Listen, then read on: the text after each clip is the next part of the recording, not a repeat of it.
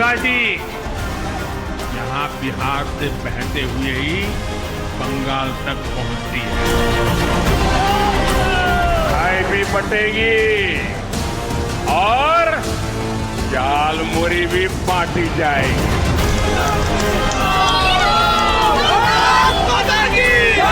आजादी देशों के कब्जे से, आजादी दंगाई और मस्तानों से।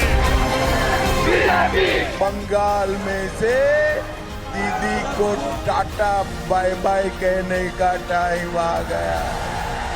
दीदी जाने वाली है, कमल आने वाला है। 4 मई के नतीजों के बाद बीजेपी के शपथ ग्रहण समारोह में मुझे आना ही है।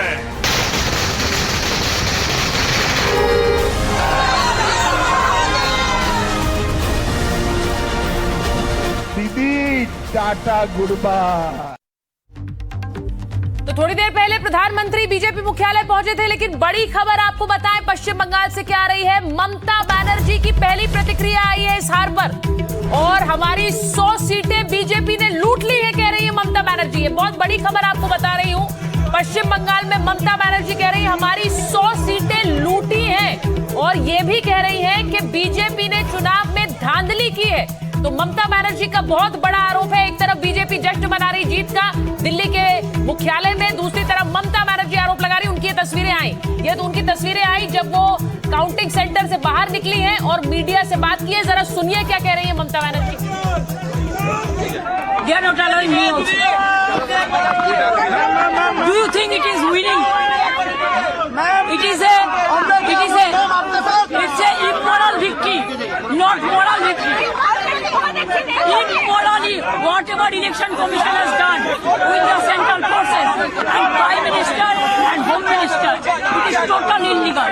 And we will ask for counter mandate. SIR থেকে শুরু করে atrocities থেকে শুরু করে কাউন্টিং এজেন্ট অ্যারেস্ট করা থেকে শুরু করে ইভিএম মেশিন লুট করা থেকে শুরু করে ইভেন যারা জিতেছে তাদের সার্টিফিকেট দিচ্ছে। It is loot. This is illegal कह रही है। वो कह रही है कि वो ये भी कह रही है कि अनैतिक है जो मेरे साथ हुआ है और इस चुनाव में हुआ है, वो अनैतिक है। ममता बनर्जी सीधा आरोप लगा रही है और जब वो काउंटिंग सेंटर से बाहर निकली है मीनाक्षी, तो ये आरोपों के साथ और एक और बड़ा आरोप उन्होंने लगाया है। देखिए, मारपीट का आरोप, ये आक्रामकता और जो जिस अंदाज में उन्होंने बयान दिया यहीं पर खत्म नहीं हुआ है। मारपीट का आरोप, बड़ा आरोप चुनाव नतीजों के बाद। उन्होंने कहा काउंटिंग सेंटर में मेरे बाल खींचे गए हैं, ये आरोप भी लगा रही ममता बनर्जी। तो सिर्फ मुझे चुनाव हराया ये नहीं कह रही है, कह रही है मेरे साथ मारपीट की है, मेरे बाल खींचे हैं। जरा सुनिए। मेरे को पिटाया, मेरे को लात मारा, सीसीटीवी सीसीटीवी ऑफ कर दिया, हमारा एक एजेंट को घुसने नहीं दिया। हमको भी, हम 5 मिनट के लिए घुसा था, मैंने रिक्वेस्ट किया था कि हमारा एजेंट को घुसने दीजिए। DO assured me they will be allowed. After that he is not available, nobody is available, but I complained everywhere. ये आप देख सकते हैं, ये एक ऐसा विजुअल है जो कि आपको कहीं देखने को नहीं मिलेगा। ममता बनर्जी क्लेम कर रही हैं कि उनके साथ काउंटिंग सेंटर में हाथापाई की गई है। वो इशारा कर रही हैं कि उनके बाल को खींचा गया है। ये आप देख सकते हैं, ममता बनर्जी यहाँ आई हैं। ये देख सकते हैं बंगाल की राजनीति अब कहाँ इस स्तर पर पहुंच पाई है। हम अभी भवानीपुर असेंबली कंस्टिट्यूएंसी के काउंटिंग सेंटर पे हैं। आप देख सकते हैं ममता बनर्जी इज क्लेमिंग कि उनके साथ धक्का मुक्की की गई है, उनका बाल खींचा गया है। भवानीपुर की ये चुनावी जंग देखिए इस स्तर पर आ चुका है कि एक पूर्व सीएम यहां से काउंटिंग सेंटर पर निकलने के बाद ये कह रही है कि उनके साथ अंदर हाथापाई की गई है। आप देख रहे हैं कि क्या हो रहा है यहाँ पे। ममता बनर्जी जो है वो बार बार कर रही है उनके साथ धक्का मुक्की हुई और उनके ठीक पीछे जो है बीजेपी के सपोर्टर जय श्री राम के नारे लगा रहे हैं। देख सकते हैं हाई वोल्टेज ड्रामा यहाँ पर भवानीपुर में इस कंस्टिट्यूएंसी में, जिसको कि बैटल ऑफ भवानीपुर कहा गया। तो बड़ी खबर आपको बताएं कि ममता बनर्जी जो काउंटिंग सेंटर से बाहर निकली हैं और उन्होंने क्या कहा है, मेरे बाल खींचे गए हैं, मेरे साथ मारपीट करने की कोशिश की। उन्होंने ये भी कहा सीसीटीवी कैमरे बंद कर दिए गए और फिर मेरे साथ मारपीट की है। इसी के साथ ये बड़ी खबर बता रहे हैं। इस बीच देखिए बड़ी खबर आ रही है भवानीपुर से। 16वें राउंड के बाद शुभेंदु अधिकारी आगे चल रहे हैं और 500 वोट से ममता बनर्जी पीछे चल रही हैं। ये बड़ा आपको घटनाक्रम बता रहे हैं। सीधे रुख करते हैं ग्राउंड का। इस वक्त मनोरंजन भारती वहां से हमें अपडेट कर रहे हैं। मनोरंजन, बहुत बड़े आरोप यहाँ पर ममता बनर्जी लगा रही है कि मेरे साथ मारपीट हुई, बाल खींचे गए, मुझे लात मारी गई। Sitting chief minister Mamata Banerjee के साथ ये संभव होना, ये हो जाना, उनके साथ ये घटना, क्या ये संभव साउंड कर रहा है? इन आरोपों के पीछे क्या तथ्य हैं, क्या खबर वहां से निकल कर आ रही है? देखिए, बंगाल में कुछ भी हो सकता है। मैं केवल इतना ही कर सकता हूँ। पिछले 15 घंटे से मैं यहाँ पे हूँ। पिछले 15 घंटे से बीच में जो है काउंटिंग शुरू हुई, नॉर्मली हर थोड़ी देर पे जो है अपडेट आते रहे। यहीं पे लाउड स्पीकर लगा है, उससे बताया गया। फिर एकाएक 13 राउंड के बाद वो काउंटिंग जो है रुक जाती है। फिर शुभेंदु अधिकारी आते हैं, अभी भी अंदर हैं, हम लोग उनका इंतजार कर रहे हैं। उनकी प्रतिक्रिया लेंगे। जो आरोप ममता बनर्जी लगा के गई है उनके बारे में उससे पूछेंगे।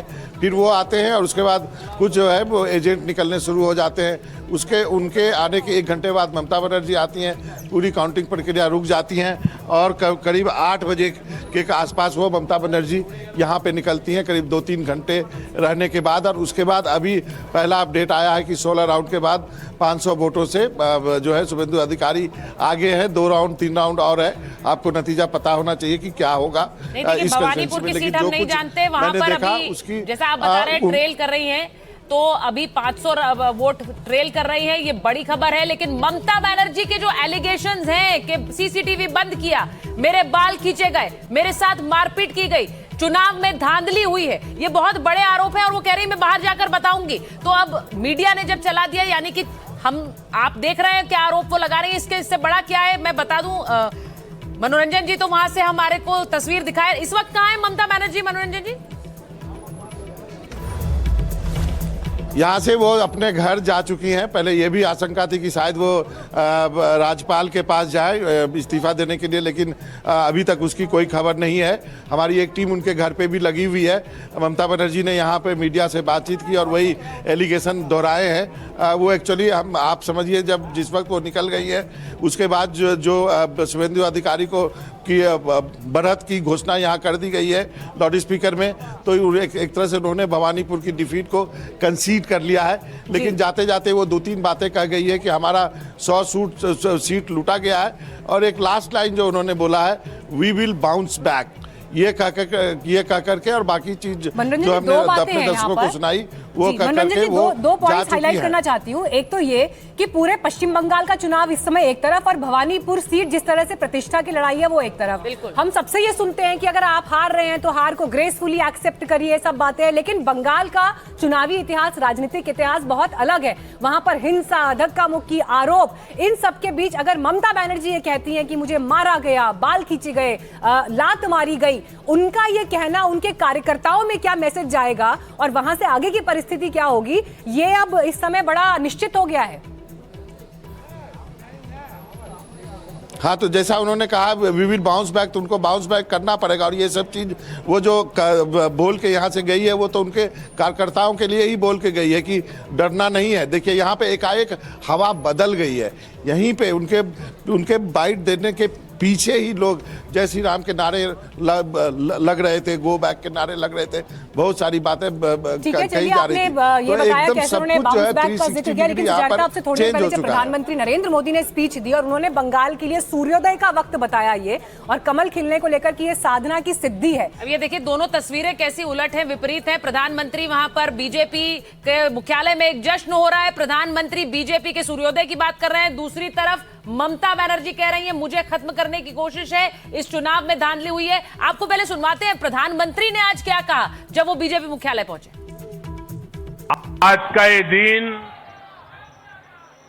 ऐतिहासिक है, अभूतपूर्व है। जब वर्षों की साधना सिद्धि में बदलती है तो चेहरे पर जो खुशी होती है, वो खुशी आज मैं देश भर के भाजपा के कार्यकर्ता के चेहरे पर देख रहा हूं। एक कार्यकर्ता होने के नाते मैं भाजपा के हर कार्यकर्ता की खुशी में शामिल हूं। साथियों, आज का ये दिवस कई मायनों में खास है, विशेष है। ये देश के उज्जवल भविष्य की उद्घोषणा का दिन है। ये भरोसे का दिन है। भरोसा भारत के महान लोकतंत्र पर, भरोसा परफॉर्मेंस की पॉलिटिक्स पर, भरोसा स्थिरता के संकल्प पर, भरोसा एक भारत श्रेष्ठ भारत की भावना पर। साथियों, मैं बंगाल की जनता का, असम की जनता का, पुडुचेरी की जनता का, तमिलनाडु और केरलम की जनता का आज आदरपूर्वक नमन करता हूं। मैं उन सबको वंदन करता हूं। साथियों, पिछले साल 14 नवंबर को जब बिहार चुनाव के नतीजे आए थे,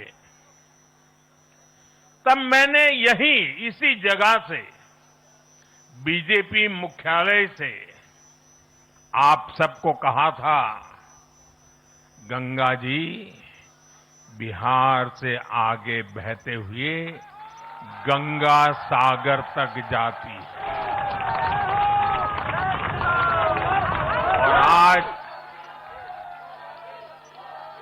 बंगाल की जीत के साथ गंगोत्री से लेकर गंगा सागर तक। तो एक तरफ प्रधानमंत्री नरेंद्र मोदी बंगाल में सूर्योदय की बात कर रहे हैं, बीजेपी के सूर्योदय की बात कर रहे हैं, तो दूसरी तरफ ममता बनर्जी के गंभीर आरोप है। जरा उन पर एक बार आ जाते हैं, क्योंकि गार्गी नंदी रॉय हमारे साथ स्टूडियो में है। तौसीफ जी हमारे साथ स्टूडियो में बने हुए हैं, टीएमसी समर्थक हैं। हमारे साथ जुड़ रहे हैं सतीश के सिंह जी भी वरिष्ठ पत्रकार है। लेकिन सबसे पहले आरपी सिंह जी बीजेपी के प्रवक्ता जुड़ गए हैं। आरपी जी, जरा ये बताइए, ममता बनर्जी बहुत गंभीर आरोप लगा रही हैं आप लोगों पर। वो कह रही है कैमरे बंद करवाए और मेरे बाल खींचे, मेरे साथ मारपीट हुई। देखिए, अब चुनाव हार गई हैं तो कुछ ना कुछ तो उनको विक्टिम कार्ड खेलना है, इसलिए इस प्रकार के आरोप लगा रहे हैं जो निराधार हैं। परंतु जो मूल बात है वो हार को एक्सेप्ट करें। बंगाल की जनता ने उनको नकारा है, बंगाल की जनता ने उनके इसी कंडक्ट को नकारा है कि जो झूठ के आधार पर प्रपंच रचना, झूठ के आधार पर सब राजनीति करना, ये अब हो गया। अब पॉजिटिविटी के साथ आगे बढ़ें, लीडर ऑफ ऑपोजिशन की तरह एक रोल प्ले करें, एक अच्छा रोल प्ले करें और बंगाल की जनता के कल्याण के लिए हमारी सरकार के साथ मिलकर काम करें।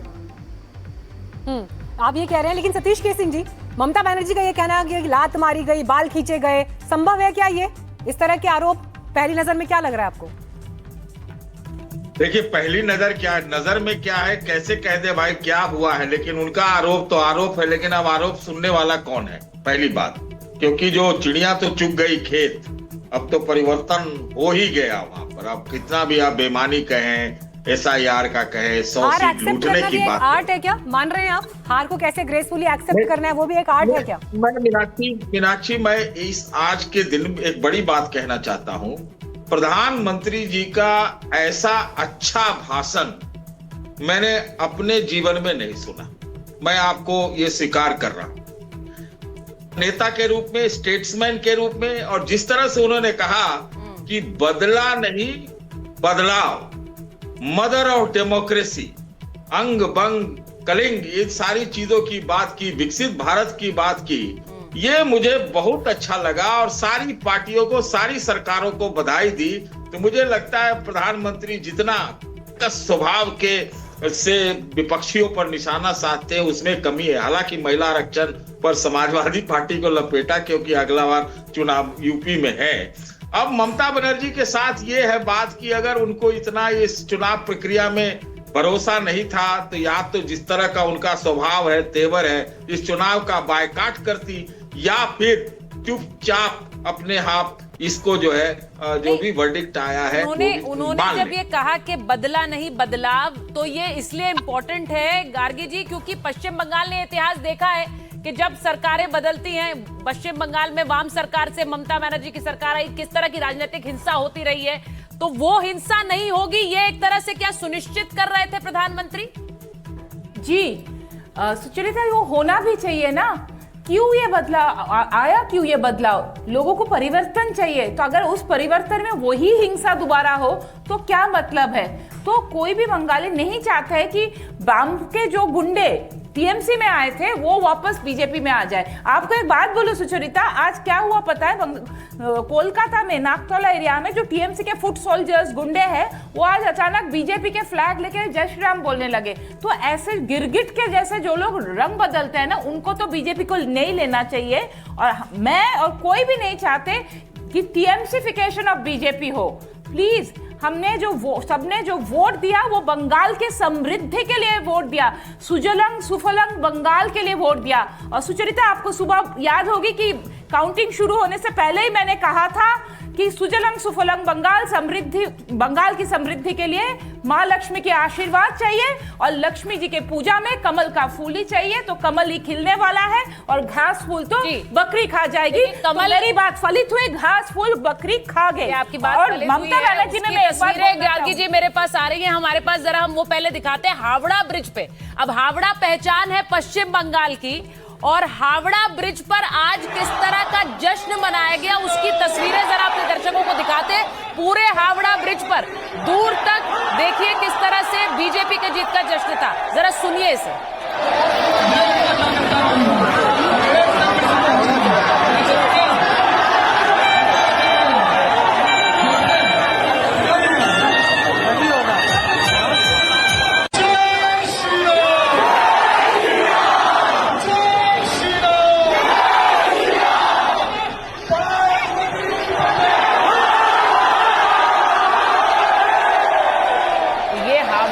तस्वीरें हावड़ा ब्रिज, जैसा मैंने कहा पश्चिम बंगाल कोलकाता की पहचान, और वहां आज पूरे ब्रिज पर कार्यकर्ता पहुंच गए, आम वोटर पहुंच गए और जय श्री राम के नारे लगा रहे थे। लेकिन सरकार पे एक बात देखिए, जिस तरह से जय श्री राम का नारा वहां पर गूंज रहा है, ये नारा तो इस बार चुनावी रैलियों में उस तरह से नहीं गूंजा जिस तरह से इस वक्त जीत के बाद दिखाई दे रहा है, क्योंकि बीजेपी के चुनावी कैंपेन में मां काली का जिक्र था, शक्ति का जिक्र था, बंगाल के प्रतीकों का जिक्र था, लेकिन जय श्री राम जिस तरह से 2021 में गूंजा था, तुलनात्मक रूप से वो तस्वीर कैंपेन में नहीं थी। लेकिन जीत के बाद ये रंग जहां पर भगवामय हुआ इस वक्त आपको हावड़ा ब्रिज का इलाका दिखाई दे रहा है। ये तस्वीरें अपने आप में जीत के बाद जो कार्यकर्ताओं का उत्साह है और ये टेम्परामेंट, अभी आप ये मत सोचिए कि यही खत्म हो जाएगा, ये अगले 2 दिन कम से कम ऐसे ही छाया रहेगा। तो एक और तस्वीर अब आपको जीत के जश्न की दिखाते हैं पश्चिम बंगाल से। वहां कैसे भगवा रंग, ये पूरा भगवामय हो गया आज पश्चिम बंगाल, उसकी तस्वीर देखिए। रंग गुलाल अबीर उड़ाकर अलग अलग जगह पटाखे भी फोड़े गए।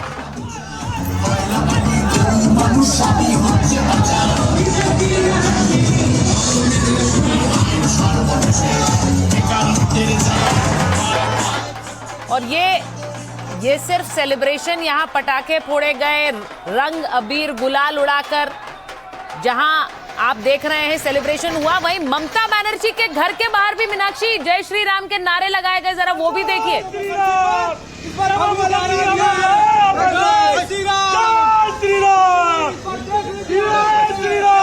ये ममता बनर्जी के घर के बाहर की जो तस्वीर है, इसमें रोड के एक तरफ कालीबाड़ी मंदिर है और रोड के दूसरी तरफ उनके घर का रास्ता प्रारंभ होता है और बड़ी जबरदस्त सिक्योरिटी होती है। अगर कोई भी बाहरी व्यक्ति वहां जा रहा है, कम से कम, क्योंकि खुद मेरे साथ ऐसा हुआ है इसलिए मैं इसको कंफर्म कर सकती हूँ, 7 से 8 पॉइंट्स पर मुझे रोका गया। मैं कौन हूँ, मैं कहाँ से आई हूँ, मैं उस रोड में क्यों जा रही हूँ, ये तक पूछा जाता है। आज जब सत्ता परिवर्तन हो देखना रहा है होगा कि ये नियम बदलता है, नहीं सोचिए, बदलता ममता बनर्जी के घर के बाहर ये नारेबाजी, और देखिए बीजेपी का स्कार्फ पहनकर पहुंचे। इस बीच बड़ी खबर आ रही है।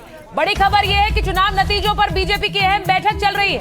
बीजेपी मुख्यालय जहां पर प्रधानमंत्री संबोधित कर रहे थे, वहीं पर यह अहम बैठक जारी है। बैठक में पीएम मोदी, गृह मंत्री अमित शाह मौजूद हैं और बीजेपी के वरिष्ठ नेताओं की ये मीटिंग जारी है। तो आप सोचिए, एक बड़ा मंथन वहां पर हो रहा है। बीजेपी की बड़ी अहम बैठक इस वक्त बीजेपी मुख्यालय में है और इसे आप मानकर चलिए कि जो सत्ता परिवर्तन हो, अब इसके बाद अगला कदम क्या है, मुख्यमंत्री कौन होगा पश्चिम बंगाल में। तो इसीलिए जो ये अहम बैठक है, आप इसे उससे भी जोड़कर देख सकते हैं, क्योंकि अब एक बड़ा भव्य शपथ ग्रहण समारोह पश्चिम बंगाल में होगा। ये भी आप मानकर चलिए। अब वो कौन सी तारीख होगी, चेहरा कौन सा होगा, इस पर अभी चर्चाएं होंगी। लेकिन चेहरे को लेकर बहुत से नाम हैं या फिर एक ही नाम पर हम सीमित हैं? देखिए, एक ही नाम कहना मतलब बीजेपी जिस तरह के सरप्राइजेस देती है, अब कम से कम ये आदत हो जानी चाहिए कि जो सबसे स्वाभाविक और ऑब्वियस दिखाई दे रहा है वही नाम फाइनल होगा। ये नहीं कहा जा सकता। आरपी जी से पूछ लीजिए जरा।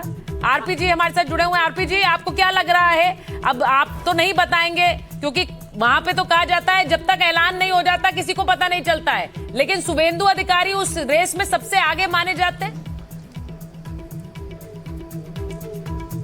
देखिए, हमारे यहाँ लोकतंत्र है और लोकतांत्रिक प्रक्रिया के अंतर्गत जितने विधायक हैं उनसे चर्चा करते हुए हमारा जो पार्लियामेंट्री बोर्ड है उसमें फैसला करेगा। ये किसी निजी का वो मामला नहीं है और न किसी निजी व्यक्ति के बेसिस पे होगा। ये पूरी की पूरी एक प्रक्रिया के अंतर्गत होगा। परंतु एक बात सुचारिता आज मैं कहना चाहता हूँ जरूर आज की विजय के ऊपर, ये जो लगातार वहाँ पर वोट बैंक की अपीजमेंट के चलते हुए वहाँ की संस्कृति पर जो कुठाराघात किया गया, वो कहीं ना कहीं, जो आपने जय श्री राम की बात करी ना, वो कहीं ना कहीं लोगों के मानस पर उसकी छाप छूटती रही, वो निशान बनते रहे। और ये वो निशान का जो प्रतिबंध है, ये जो दिखा आज वहाँ पर, ये गुस्सा वहाँ से निकल कर आया, जो बार बार कभी जय श्री राम के नारा लगाने पर, कभी दुर्गा विसर्जन पर, जिस प्रकार से वहाँ की मूल संस्कृति पर कुठाराघात होता रहा, सिर्फ एक वोट बैंक को खुश करने के लिए।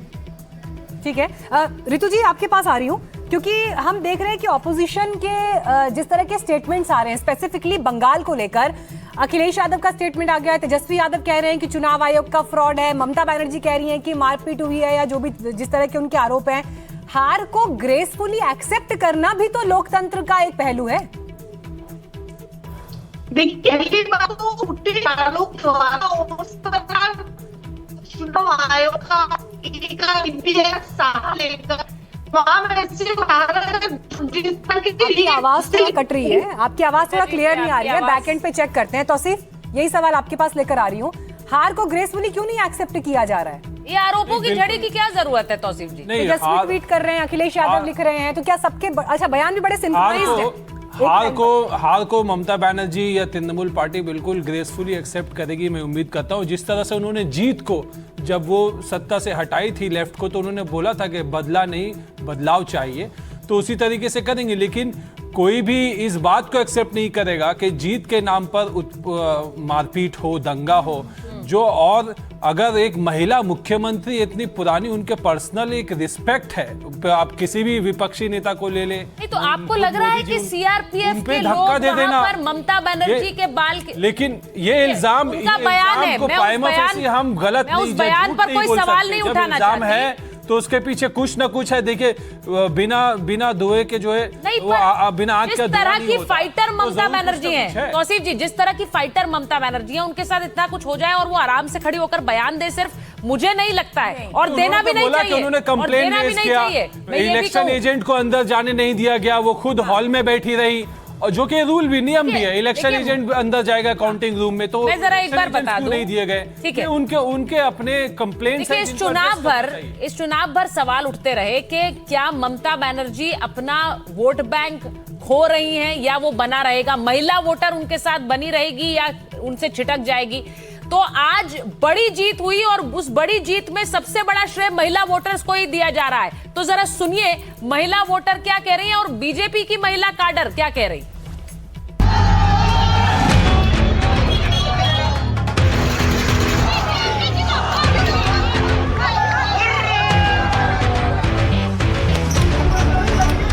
जनता के साथ अत्याचार किया है, ये उसका नतीजा है कि आज न्याय की जीत हुई है। आज सभी महिलाओं के साथ में न्याय हुआ है। आज भाजपा आज बंगाल में आई है। राष्ट्र की विकास की और सुशासन की जीत है।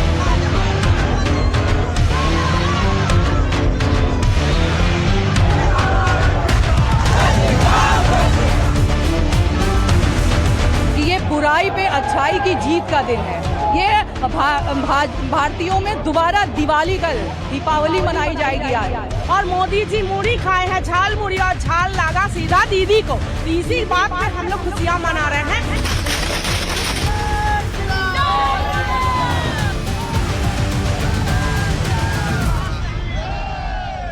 পরিবর্তন চাই, উন্নয়ন চাই, এটাই মোদিজির শব্দ আর এটাই আমাদের শব্দ। देखिए आपने जो तस्वीरें देखी हैं वहां पर गुंडा राज की बात हो रही है और महिला सुरक्षा को लेकर इस पूरे चुनाव भर जिस तरह का जोर दिया गया, आपने देखा कि वहां पर कैसे संदेश खाली की जो आवाज रही उन्हें टिकट दिया गया, अभिया की मां को टिकट दिया गया। ये सब एक संकेतिक एक मैसेजिंग भी थी। गार्गी जी, ये मैसेजिंग थी कि नहीं थी? और इसीलिए शायद महिला वोटर बहुत से चुनाव भर कहा गया कि ममता बनर्जी से नहीं छिटकेगा महिला वोटर, लेकिन क्या ये महिला वोटर बीजेपी के साथ गई? जी, मैं तो सुचरिता शुरू से बोल रही थी कि महिला वोट जाएगी। महिलाएं नहीं, मैं आपको बोलूंगी वामपंथी वोट भी गए और कुछ मुस्लिम वोट भी गए। नहीं तो ये जो आंकड़े दिखा रहे हैं आपके स्क्रीन पे 208, ये हो नहीं सकता। आपको लगता है कि वामपंथी वोट नहीं गए? वामपंथी वोट गए, महिलाओं के वोट गए और मुस्लिम वोट भी गए। और हमें भूलना नहीं चाहिए कि यूपी के कुंदरकी में भी बीजेपी जीती थी, जहाँ पे मुस्लिम मेजोरिटी है। तो अगर कुंदरकी जीत सकते हैं तो बंगाल की मुस्लिम क्यों नहीं वोट देंगे? उनको भी तो डेवलपमेंट चाहिए। तो मुझे लगता है महिलाएं, मुस्लिम और वामपंथी सबके वोट गए हैं। अगर ये आंकड़े जो है ये सही आंकड़े हैं, थोड़ा सा इधर उधर हो सकता है तो इस आंकड़ों के लिए। चलिए, आपने महिलाओं का जिक्र किया तो प्रधानमंत्री मोदी ने भी आज जब विजयी भाषण दिया उसमें महिला आरक्षण रोकने वालों में समाजवादी पार्टी का नाम लिया और कैसे विपक्षियों पर इस दौरान चुन कर निशाना साधा। उन्होंने कहा कि समाजवादी पार्टी भी इसमें शामिल थी और यूपी की बहनों की नाराजगी झेलनी होगी। तो चर्चा आज ही के बयान में यूपी के लिए मैसेज सेट हो गया। ऐसे भी समझिए कि बिहार की जीत पर बंगाल की बात की, बंगाल की जीत पर अब यूपी की बात कर रहे हैं। वो जरा सुनिए।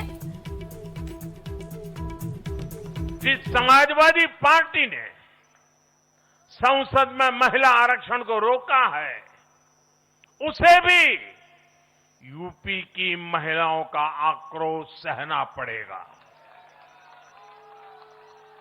महिला विरोधी समाजवादी पार्टी कुछ भी करके अपने पाप को कभी धुल नहीं पाएगी।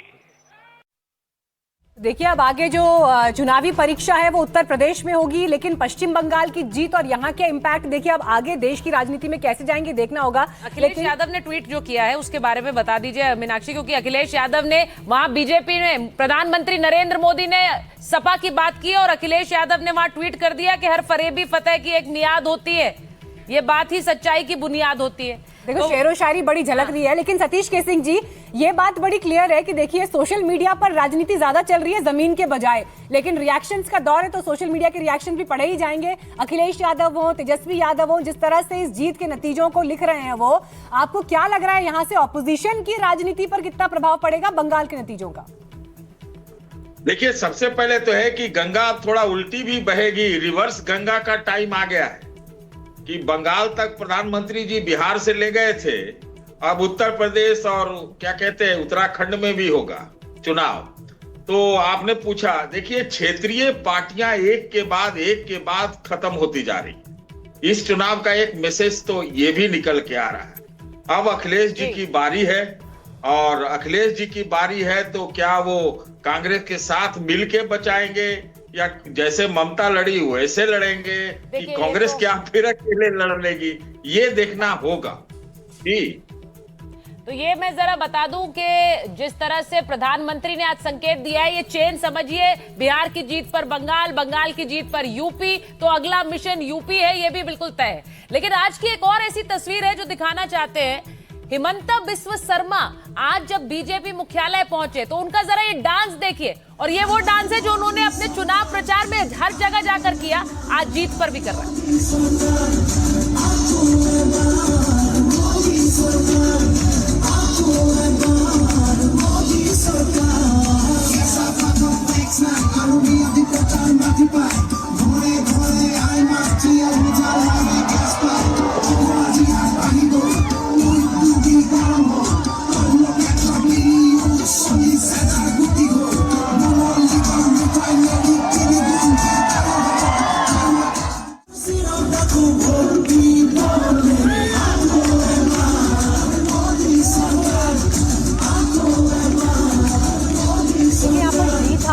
आईने में जब बात होती है सुचारिता, जो जीता वही सिकंदर। हालांकि मुझे नहीं पता हिमंता बिस्वा शर्मा सिकंदर कहलाना कितना पसंद करेंगे, क्योंकि जिस तरह से उन्होंने अपने इलेक्शन कैंपेन की शुरुआत की थी वो तो खुलकर जो है मियाँ जैसे शब्दावली का प्रयोग किया, खुलकर कहा हमें नहीं चाहिए मुसलमानों का वोट। तो इन सब के लिहाज से भी जब इतनी बम्पर जीत के साथ वापस लौट रहे हैं सत्ता में, तो कैसे असम की राजनीति नॉर्थ ईस्ट समेत पूर्वोत्तर की राजनीति को दशा दिशा देगी, ये अब हिमंता बिस्वा शर्मा के चेहरे के आगे बीजेपी के फोर्स में झलकेगा आने वाले वक्त। सारे बड़े चेहरे हैं। एक बार आरपी सिंह जी से पूछ लेते हैं, हिमंता बिस्वा शर्मा का जो एक तरह से उनका कद है, उस कद को आप कैसे देख रहे हैं? आरपी सिंह जी मुझे नहीं लगता है, अभी मुझे दिख नहीं रहे हैं फ्रेम में। नहीं है, वो हमारे साथ जुड़े हुए हैं। आरपी सिंह जी, आपसे सवाल था सर। चलिए, इस बीच बड़ी खबर अपने दर्शकों को बता देते हैं। प्रधानमंत्री नरेंद्र मोदी का संबोधन था, और इस बीच गिरिराज सिंह का बड़ा बयान आया है।